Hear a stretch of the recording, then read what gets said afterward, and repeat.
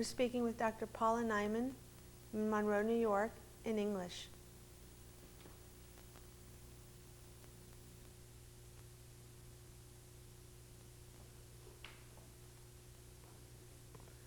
Dr. Neyman, could you give us your full name, please? I'm Paula Neyman, Neyman. Mm-hmm. And your maiden name, please? My maiden name is Getzowitz, Getzowitz, and my second maiden name was Hofstein. And could you spell that for us, please? H-O-F, like Frank, S-T-E-I-N. And would you give us your birth date, please? April 4th, 26. And where were you born? I was born in a town in the east of Poland named Baranowice. B like boy, A, R like Robert, A, N like Nancy, O, W-I-C-Z. E. And that was in? That was in Poland. And right now it's Western Belarus, but it's, in my days, it was Poland. And what major Polish city is it near?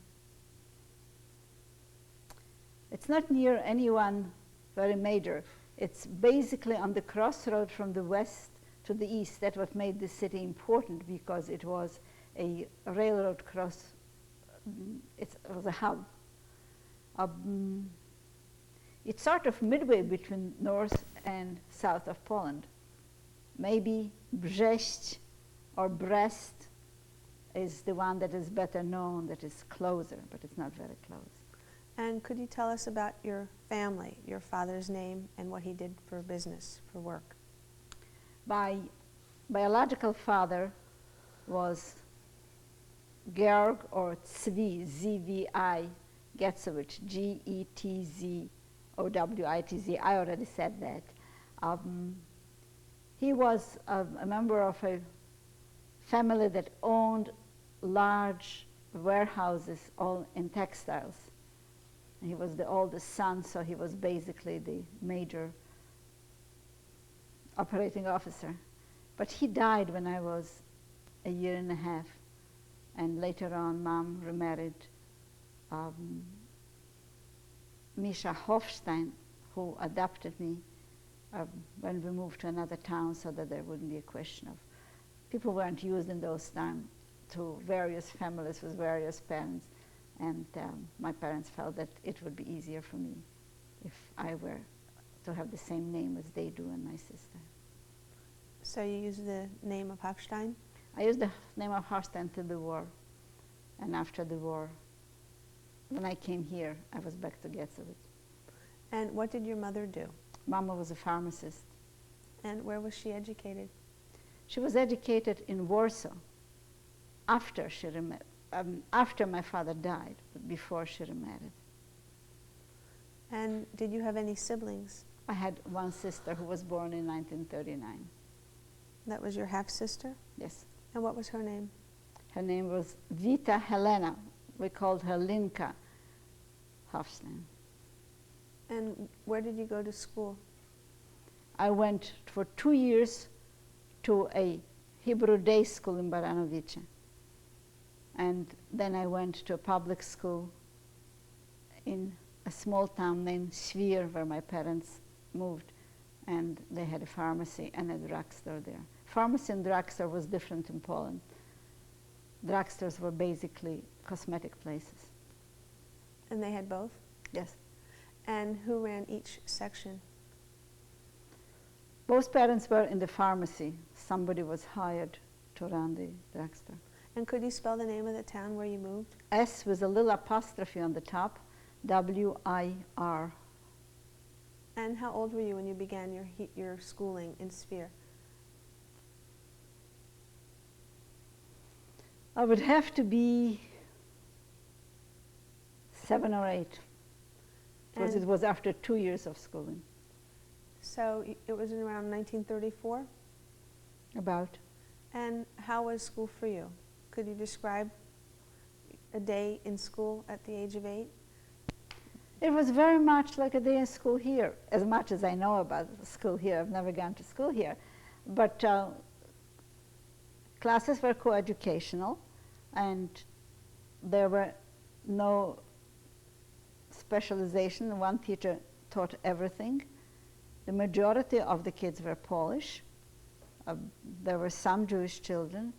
School was held 6 days a week. We used to have a fair amount of trouble with getting the homework that was handed out on Saturday. Many times teachers would admonish the Christian kids not to give the Jews who don't come on Saturday to school the homework. But we did fairly well anyhow. So, did you feel a sense of anti-Semitism? Were you aware that the teachers were? Yes and no.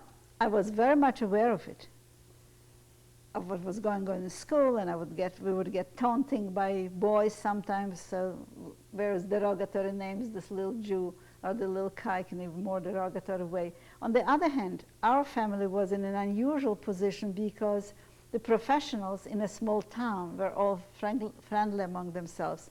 What they sent behind our back, I don't know, but the, what would we call it, the director of the post office and the police and the veterinarian, they were always friends, they were always home. We did not live in the Jewish section, we lived in the house where the pharmacy was.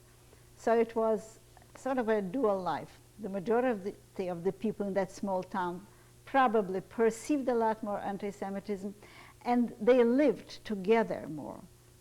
Even the middle-class people, the wealthier merchants had more elegant houses, bigger houses, but they lived basically in the area where the Jews lived. Most of the Jews lived. We didn't.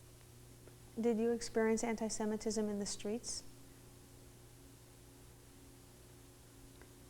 I don't remember any, really, but we're speaking about being kids. What type of Jewish education did you receive? The first 2 years, as I said, it was a Hebrew school, a Tarbut school. It's T-A-R-B-U-T. The word Tarbut means culture and also enlightenment. And was that in Sphere? No, that was in Baranovice. Everything was taught in Hebrew. In Sphere, there was a public school where everything was taught in Polish, and I was getting private Hebrew education. In your home? Yes. And do you consider your family religious growing up, or observant? On this scale of life in Poland, sort of middle of the way, but in those days in Poland, everybody observed. The degree of assimilation that is present in America, where some people will go to the synagogue only on major holidays, but the rest of their lives has absolutely no Jewish identity, was not in existence. Everybody observed holidays, even the non-religious things.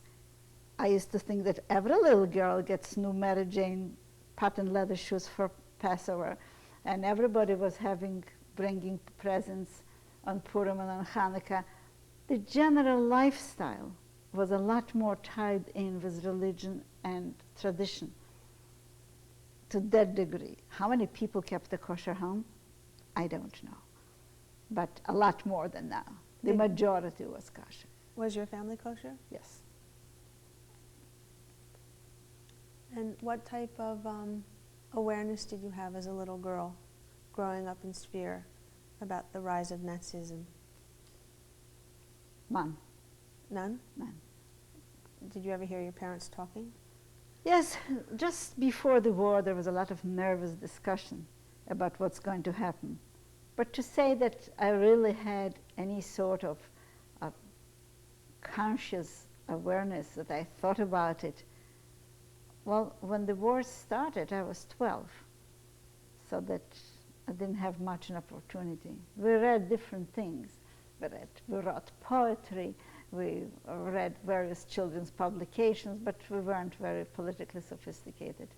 So much so that when later I was in a gymnasium in Vilna, which I didn't say about, that was a private school. It was sort of like a high school, except it has about 2 more years. That was a private school, basically Jewish. But everything was in Polish. There were political organizations, and I was asked to join a Zionist organization. And I asked my parents' permission, and I remember Daddy saying that you will join a political organization when you can fully evaluate what it stands for, even though they were very, very strongly Zionistic. And do you remember the name of that Zionist organization? It could have been Hashomer Hatzair, but I am not that sure. And what languages were spoken in your home? Polish, Any Yiddish? Yiddish. Everybody spoke Yiddish. Somehow it was in the air. I don't know anybody of my vintage who does not know Yiddish. And yet most of my friends spoke Polish at home. Did your parents speak Yiddish to you? Or amongst themselves? Never among themselves. Were you ever excluded by another language that they would share between themselves so that the younger children wouldn't understand? No. I think it's sort of an American habit. What type of literature could have been found in your home growing up when you lived in Sphere? Well, I had subscriptions to a number of children's publications and the newspapers, lots of books. Whatever I remember, the walls were full of books.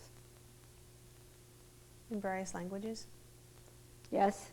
Which ones? Well, Mama read Polish, Russian, Hebrew, Yiddish. My father didn't read Yiddish. And he didn't really read Hebrew, to sit down with a Hebrew book. It was Polish and Russian. Oh, he knew French, Mama knew German.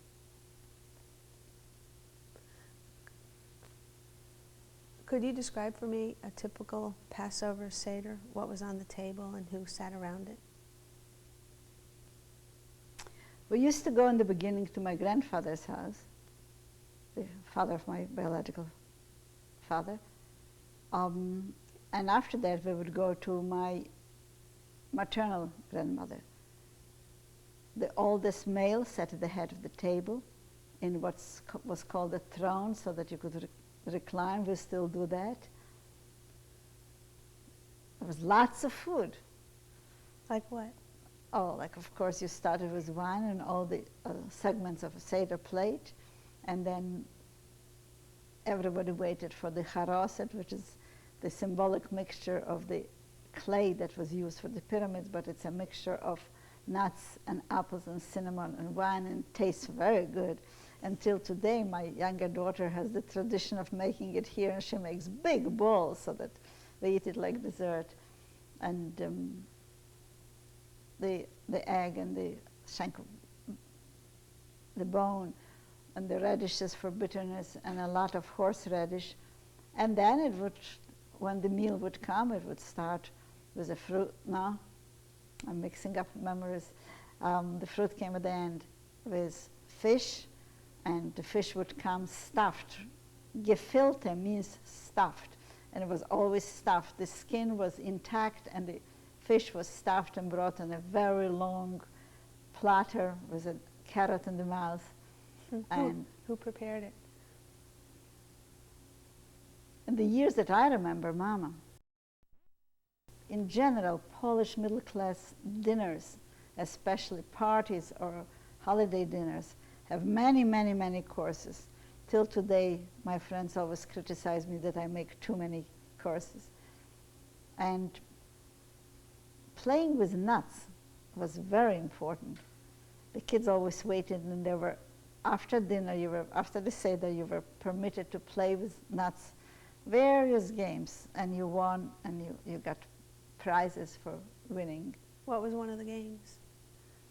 Oh, aligning, something almost like bowling, where you had a bigger nuts and you lined up many nuts, also hitting a nut into a specific circle and putting them together in 3/4 and having to hit and see what goes where, more or less. I don't remember that. And what did the winner get?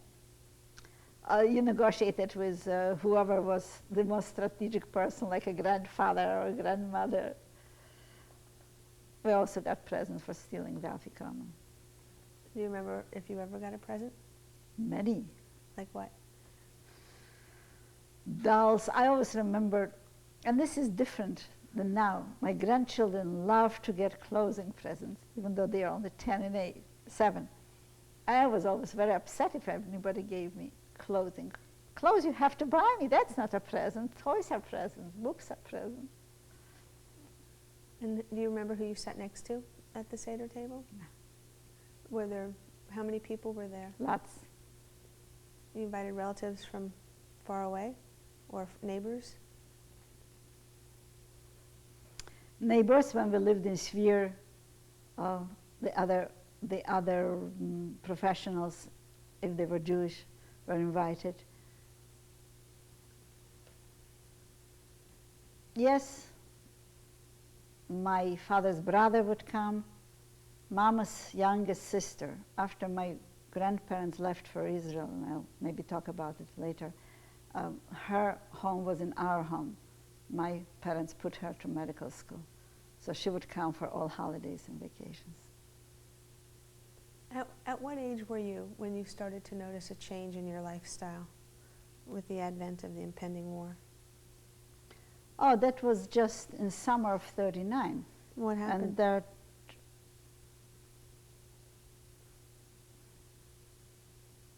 there was a very nice summer, and I don't know whether I remember it so vividly because I was 12, and you start being a little less of a child, or because it was the last free summer, or because indeed it was that impressionable. But we were at a summer place, which was very much like here, you know, bungalows, day camps.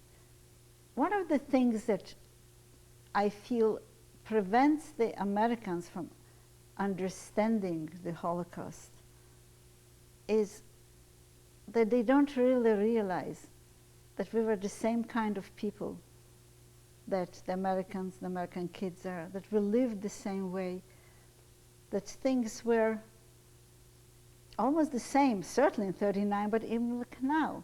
That summer, we were out at a summer community in a little house, Mama, a girl who worked, my sister and myself. And at that place, there were many of my school friends. So we went to a daycare. Jewish school friends or Yes. school friends? Jewish school friends. And it was such a romantic time. You know, we wrote poetry and we started realizing that boys may be human. And we sat at the moonlight over the river dreaming about what life is going to bring. And life was just so full of promise and mystery, and it was wonderful. Or at least that's how I remember it now. And then I remember Mama listened to the news on the radio with a lot of trepidation, and then once a telephone came from Father, and I realized that the war was starting. And after that, it was frantic packing, and we went home. This was the end of summer of '39. And where was that summer home? What town was it in? It was called Podbrodje, Podbrodzie.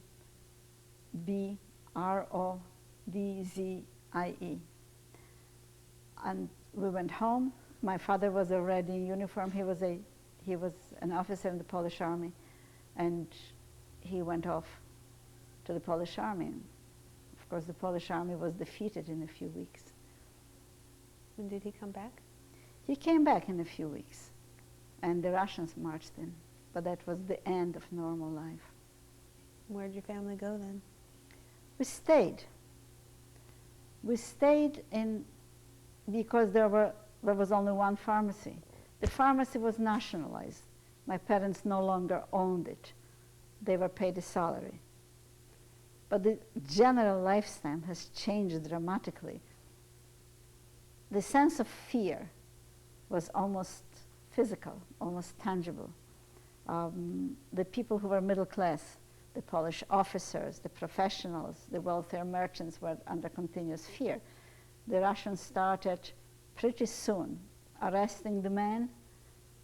I don't remember any women being arrested, but a lot of men, among them teachers, people of very definite Polish nationality, of renowned Polish patriotism, the wealthier families would be taken out to Siberia, mostly at night. I remember Mama standing with the drapes down, looking at night.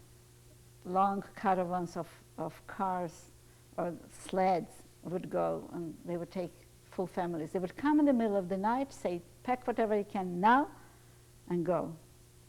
And somehow the news penetrated that they are taken to Siberia. Interestingly, Mama had prepared individual little doses of barbiturates. In case it happens to us, we should all take it and not be taken out. Of course, these people who were taken to Siberia have survived the war intact with families. Individual things have happened.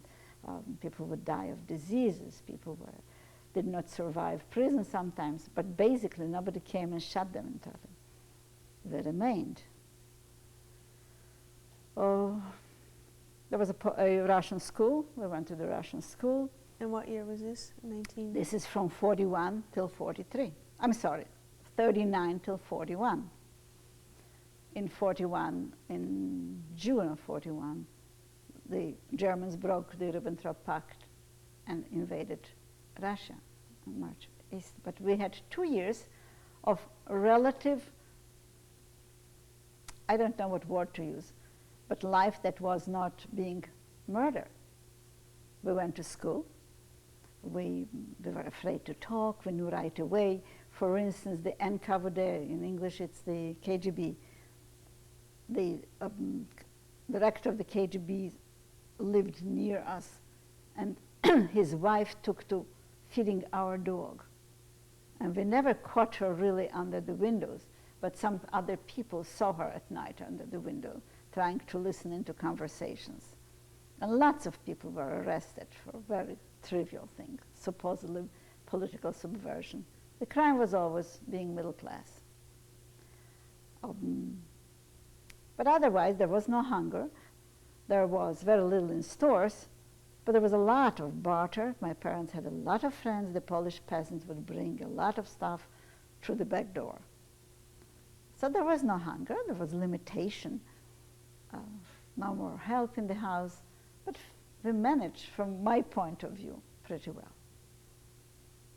So were you feeling full of fear? The fear was always there. The fear of being arrested, of being taken to Siberia, of being considered the undesirable. The word was bourgeois. Bourgeois in Russian really means the rich person. But that meant the implication was the horrible people who are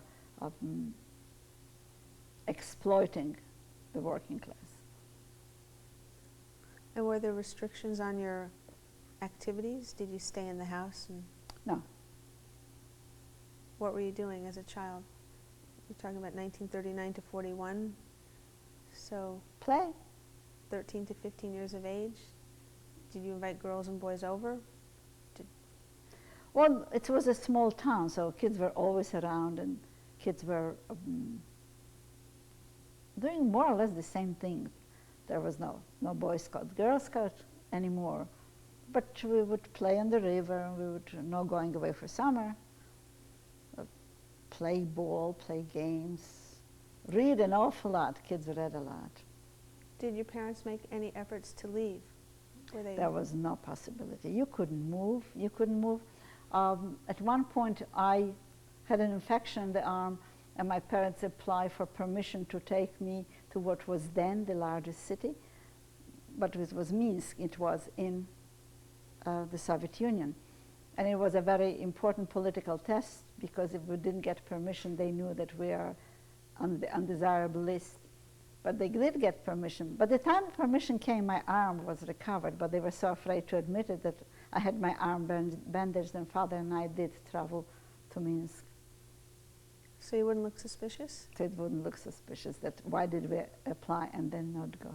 And what was life like there when you saw Minsk? Minsk was a big city. People were obviously immediately visible that we are differently dressed. For instance, I remember an incident that we were, there was a big line standing. We didn't know what for, but we got on the line.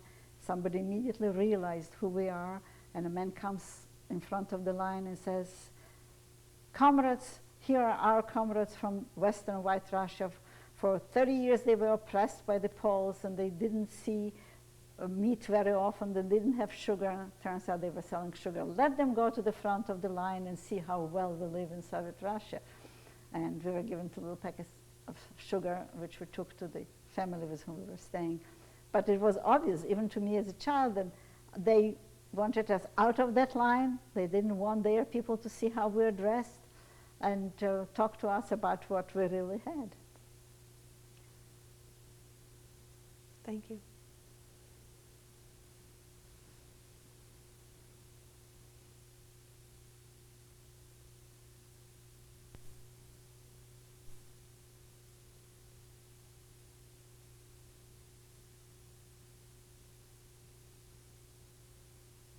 July 26, 1995, we're speaking with Dr. Paula Neyman. This is tape number 2. Dr. Neyman, you were speaking about your life in Riga and, excuse me, when you were 15 years old, you moved to Sphere. Yes. Could you continue and discuss the changes forthcoming with the advent of the war after September 1st, 1939? Well, we spoke a little bit about the first 2 years after the war, 39 to 41, when we lived under Russian occupation.